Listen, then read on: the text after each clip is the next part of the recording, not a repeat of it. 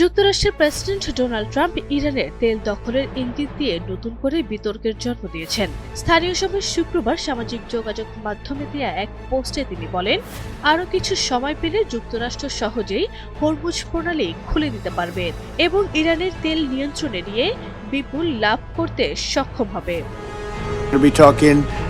তার এই বক্তব্যকে চলমান সংঘাতের প্রেক্ষাপটে আরও কঠোর ও আক্রমণাত্মক অবস্থান হিসেবে দেখছেন বিশ্লেষকরা। ট্রাম্প একই দিনে আরেকটি পোস্টে আবারও তেল দখলের প্রসঙ্গ তুলে ধরে নিজের অবস্থান স্পষ্ট করেন। তবে কিভাবে যুক্তরাষ্ট্র হরমুজ প্রণালী খুলবে বা ইরানের তেল দখল করবে সে বিষয়ে বিস্তারিত কোনো পরিকল্পনা জানাননি তিনি। 200-র বেশি সার্ভিস ও ফিচারে লেনদেনের সব বিকাশ অ্যাপে সম্ভব।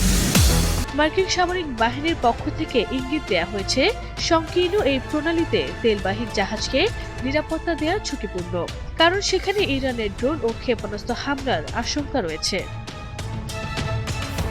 আন্তর্জাতিক আইন অনুযায়ী কোনো দেশের প্রাকৃতিক সম্পদের উপর সেই দেশের সার্বভৌম অধিকার রয়েছে। এই প্রেক্ষাপটে ট্রাম্পের এমন মন্তব্য নতুন করে আইনি ও কূটনৈতিক বিতর্ক উস্কে দিয়েছে।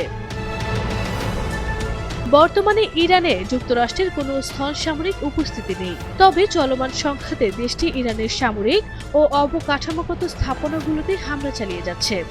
একই সঙ্গে হরমুজ প্রণালী কার্যত বন্ধ থাকায় বৈশ্বিক জ্বালানি বাজারে অস্থিরতা তৈরি হয়েছে।